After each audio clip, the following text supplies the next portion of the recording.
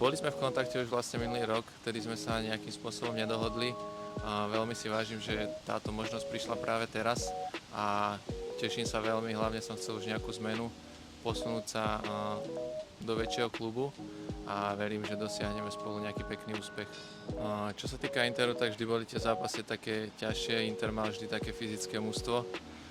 Vždy sa hralo proti Interu ťažko a verím, že teraz sa bude hrať superom ešte ťažšie. Tak najlepšie sa mi hrá na pozícii stopera, či už troj- alebo štvorobrancovom systéme a hlavne priniesť skúsenosti. Mám už niečo odohrané v tej druhej lige aj v prvej, takže hlavne skúsenosti, pokoj na ihrisku a organizáciu. Snažím sa užívať si každý jeden zápas, hlavne aby sme boli zdraví. Skúsil som si aj prvú ligu a verím, že tie skúsenosti teraz zúročím aj v ďalších zápasoch za Inter. Ahojte, chcel by som vás veľmi pekne pozdraviť týmto videom a teším sa na vás všetkých, že sa uvidíme v prvom kole.